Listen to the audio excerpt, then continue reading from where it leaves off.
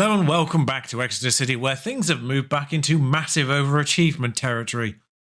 I'll get you caught up.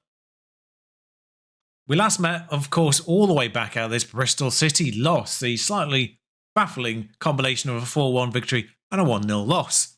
We backed that up with 3 successive draws. 2 of those away from home, though, 2 very good points.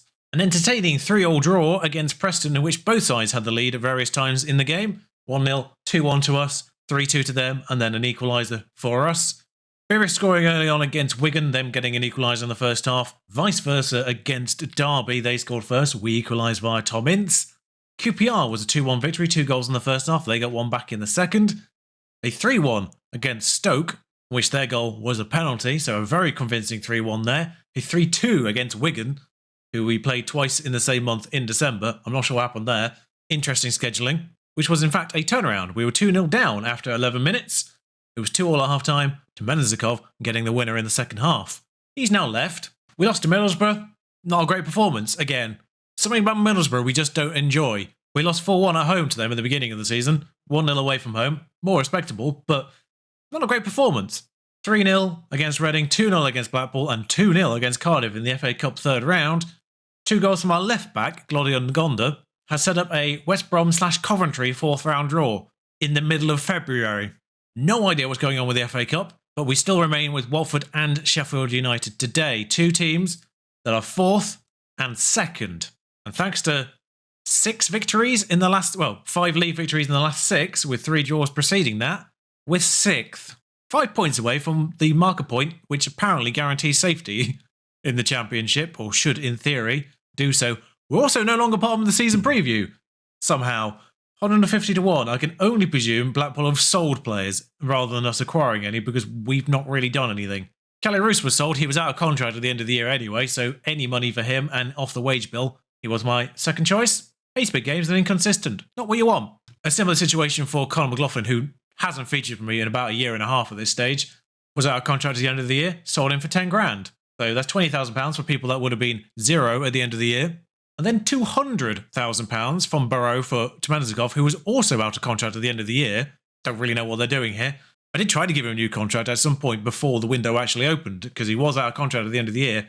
The wage he's on there is a wage that I would have found acceptable, which is super annoying, because he wanted more from us. But yeah, 200 grand guaranteed. Not bad for a free agent, really, but all that means is we did have to try and get someone in. And that someone is a 33-year-old, nearly 34-year-old Jordan Rhodes, who physically, not really there anymore, but does have 18 natural fitness, so what he does have should in theory stick around for a little bit, but does have the finishing, does have some competent mentals, and is a proven goalscorer at this level, although that would disagree with it somewhat, but in his heyday was a proven goalscorer at this level. He's a backup. Considering the amount of times I've had to utilise Menezikov from the start of a game, 5 league starts this year, 11 league starts last year, I don't expect to have to use Jordan Rhodes much. He cost me 4 grand to get in now. He was out of contract at the end of the year, of course, but it cost me 4 grand to get in now. And a 6'1" striker, capable of both feet. He's 2 stars, admittedly, at sort of things you'd want him to do. Capable of pressing forward if he had a little bit more pace in him. But I am also considering deep lying as an option. Of course, target forward as well works well with the system, which has changed slightly, and I've given in. Both fullbacks are now inverted. I've given in. It works fantastic. I can't disagree with it anymore. And seemingly all my columns have widened out again for no reason whatsoever, so I can't see everything at once anymore. But you can see both Josh Key and Glodion Gonda with fantastic Blast 5 ratings. Navarro, not so much. And Arroyo's average ratings have gone up slightly as well over the last 5 since switching to this.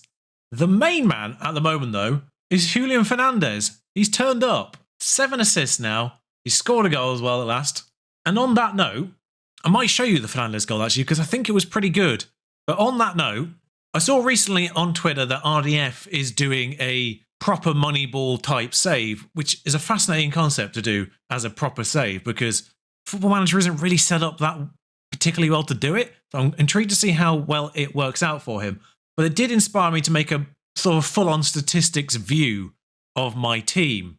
And last time out, we did mention that Sonny Perkins was 8 goals at the time and Beereth was lagging with 4. Beereth has scored 4 in the meantime and Perkins another 2, so he's only 2 behind Perkins now. but he really shouldn't be. This is currently ordered by XG, and you can see here that Berith's XG is 12.6, which means he is massively lagging behind what he should be doing. And I don't know what's wrong with him. The statistic I actually really want to pay attention to going forward as well is what happens to Tyler Morton's shots per 90, because of course he spent a third of his season in a Segundo Volante role. He's going to spend 2/3 of it in a CM attack role. I want to see how that shots per 90 goes up from 1.32 going forwards, now that he's sort of joined Perkins in that role. There are some very curious outliers in here. One of those is the fouls drawn by Tom Ince, who has 40 fouls against him. Berith has more, but compared to his compatriots in those winger roles, Fernandez and Matt Jay, with less starting appearances than either of them, a solid 11 and 12 more than either of them. I don't know what Tom Ince does, but it certainly annoys defenders. And then the other fascinating outlier is Che Dunkley's 100% tackle record. Sam Stubbs' 73, Mbete's, who has 16 tackling, 83%. Carl McHugh has achieved 3 out of his 6 attempts at tackling, but Dunkley has got 11 out of 11 with his 14 tackling, 12 marking, and 11 positioning, compared to Mbete's 16 tackling and 16 positioning. Can't explain it. And of course, Tyler Morton, who has 9 tackling, has achieved 81%. Even Matt Jay, with his 5 tackling, has achieved 83%. Basically, what I've learned is the tackling attribute is absolute nonsense. Matt Jay has achieved 15 successful tackles with an 83% record. Tyler Morton has achieved 30 tackles with an 81%, and both of them have less than 10 tackling. Even Fernandez has 22 successful tackles, 69% achievement rate, but he's got 9 tackling as well. Even Tom Ince has more successful tackles and a higher rate than Sam Stubbs, the defender, who has 13 tackling, 13 marking, 14 heading, 13 positioning. Like, his defensive attributes are pretty solid, and yet he's a worse tackler than wingers. Dear Football Manager channels that do investigations into these kind of things, there's a topic for you.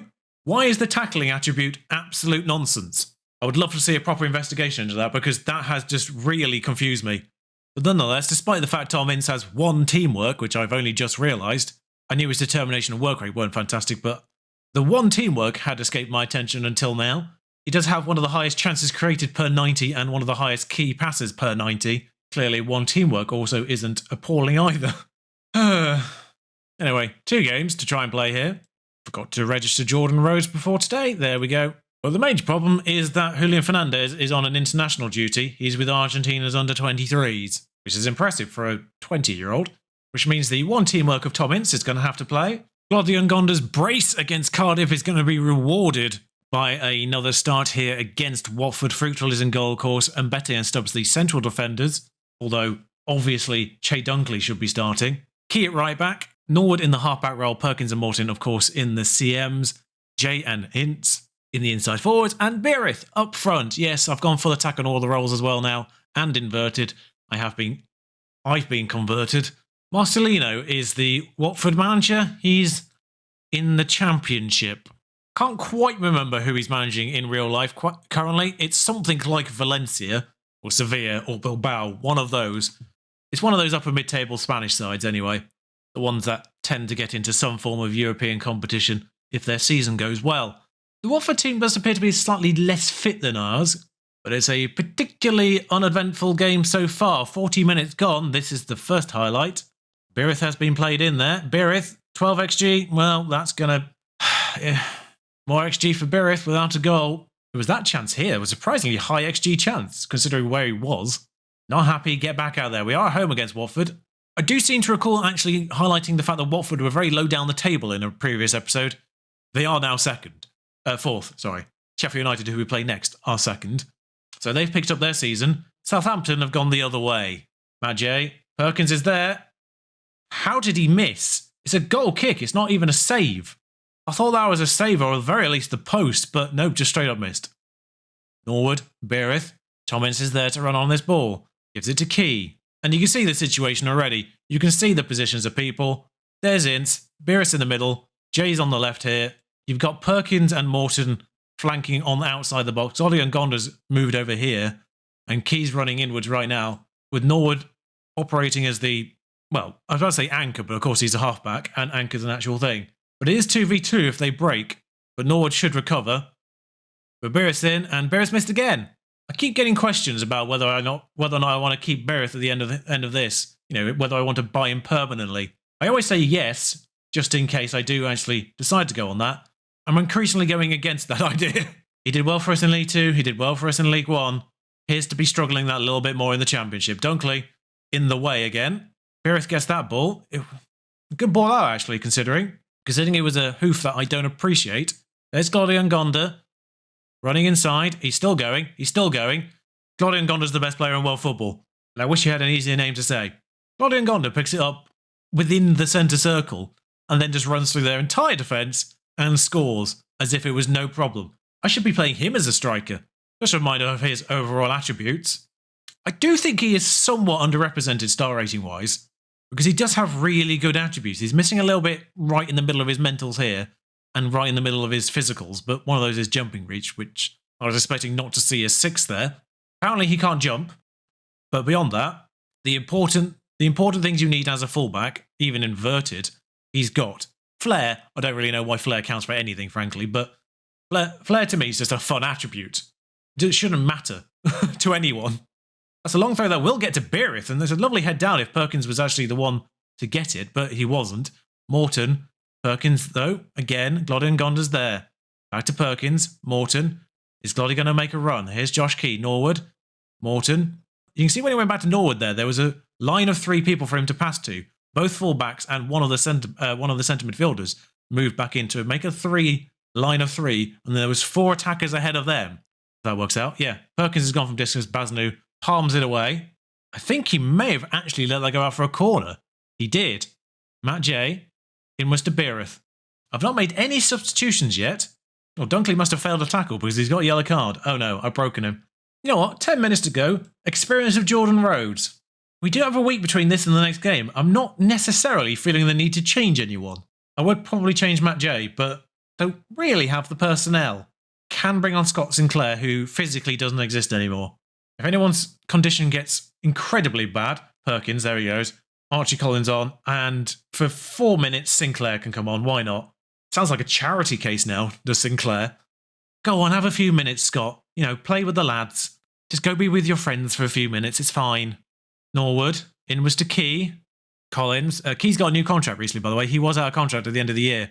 Does have a little bit more potential, even though he's been with us and played with us for a few years. He's not necessarily developed the way I was expecting him to. But Glodion Gonda, long throw. I'm still seeing if long throws are anyway useful. Jordan Rhodes scores on his debut. Watford's 15-game unbeaten run is about to end. Yeah, they were 18th, they're now 4th, thanks to that 15-game unbeaten run. There's a header missed, and Jordan Rhodes pops it in. The experience of Jordan Rhodes getting in the right places. I'd love to think experience matters for that kind of thing. I'm not sure where it factors in to the attributes or what have you, but 3rd consecutive 2-0 victory takes us ahead of Watford in the table. Sunderland have fallen off the top of the table quite dramatically, actually. They're now 10 points off the top. And when I said Southampton had gone the other way, that was because I've seen they sacked their manager recently. They're not that far off.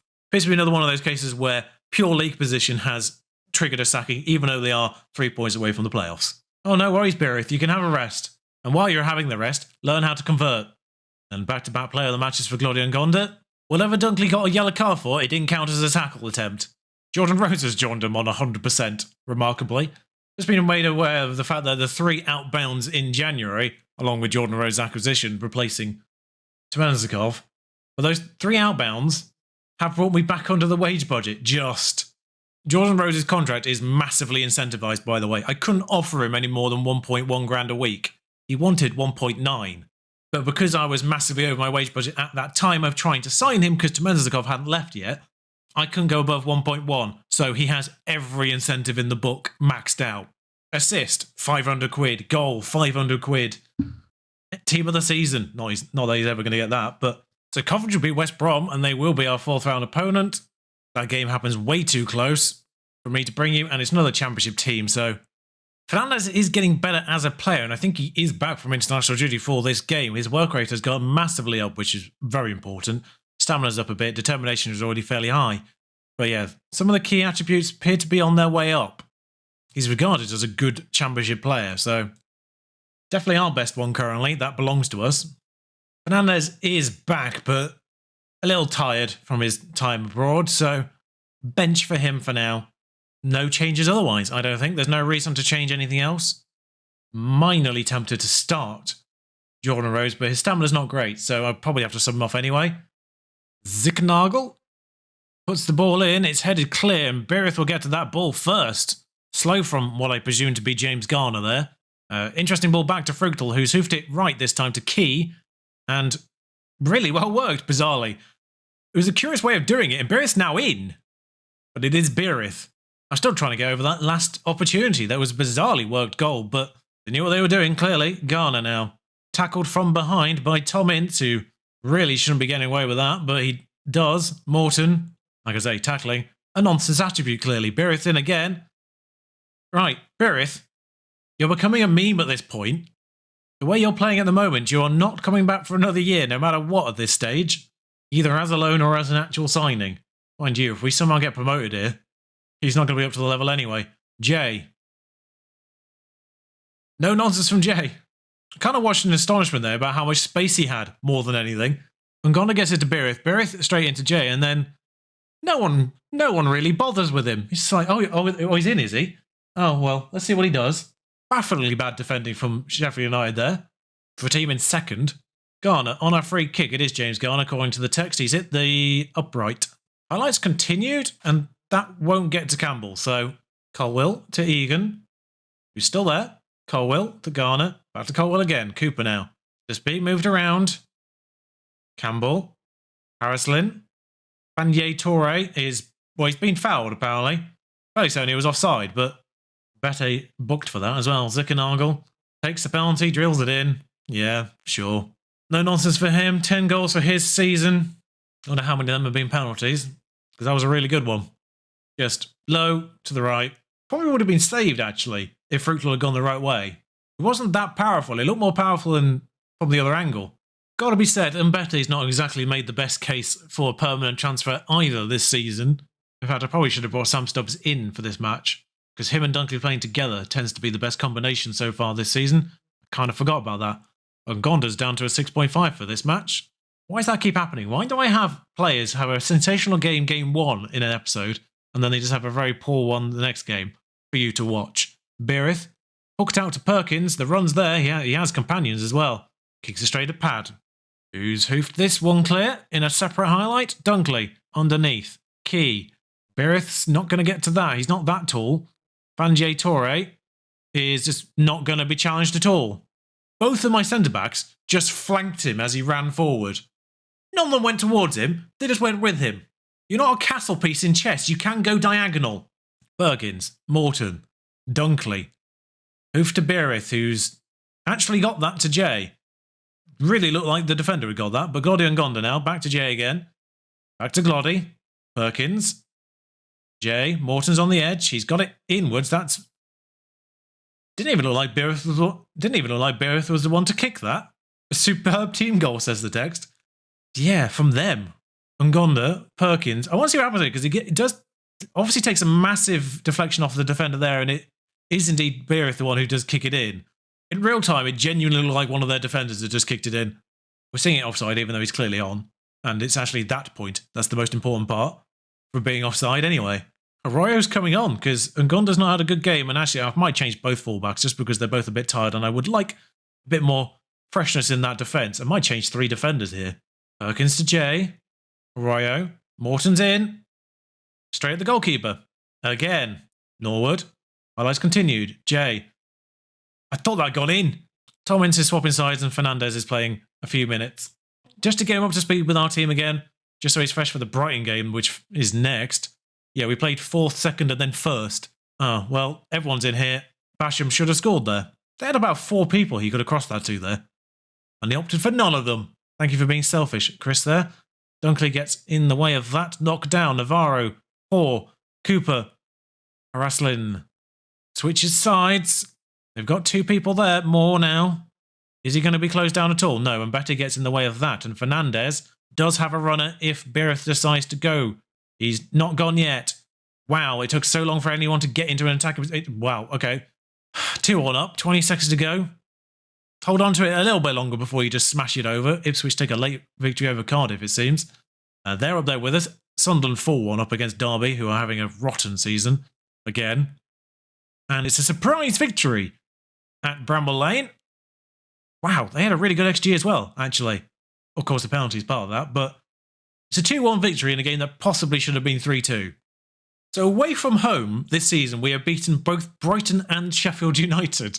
And Ipswich, also recently promoted with us, of course, have nipped back in to the playoffs, thanks to their victory over Cardiff there. 2 promoted sides in the top 6, and Sunderland, who were promoted the year before. 3 of them in the playoffs right now, along with 3 relegated Premier League sides, because Sheffield United have been up there already this season and back down again. I'm pretty certain. Meanwhile, the other promoted side, bottom. Sorry, Steve Fernandez is on international duty again. Perkins, Birith and Norwood are all a little jaded and could do with the rest. Really? Oh, that was why I was going to start Jordan Rhodes. Clearly not that jaded. 1 goal, 1 assist from Birith. Well, we broke the 2-0 streak with a 2-1 victory. Brighton at home next. FA Cup 4th round, if we were to beat Coventry, I don't know where the 5th round pops in, but I'm expecting somewhere around this Barnsley game, which is being televised for some reason. They're 12th. The Brighton one, I understand. Barnsley, that far ahead of time, no idea. But it is in that kind of halfway point between now and the end of the season. So Cardiff, Barnsley, because we've already done Sheffield Wednesday and Bristol City in an episode. So Cardiff, Barnsley next time out, unless the 5th round pops in anywhere around here, then we'll adjust accordingly if we're to get past Coventry. Those 2 victories put us 5th and 4 points clear of Forest in 7th. And, crucially, the 50-point mark. So no matter what happens for the rest of the season, I think we're okay. Obviously, pure statistically right now, we're not numerically safe yet. But it won't be long before that's confirmed as survived. Sorry, I'm just on the season preview page. I'd forgotten this. Jesse Marsh has become manager of Bristol City. In fairness, he's been out of work for 3 years in this game engine, because his hiring at Leeds happened after the update. But he's manager of 17th placed Bristol City. Thomas Frank, current Brentford manager, is manager of Derby now. He went via Southampton, but baffling managerial appointments, or vice versa really. It's more baffling for the caliber manager going to that club. But anyway, let's see if we can get the better of those exceptional managers for this level of football in the future. I'm sure we play both of them still again this season. Bristol, we obviously do. But until next time, let's see how long this wonder continues. Until then, ta-ra.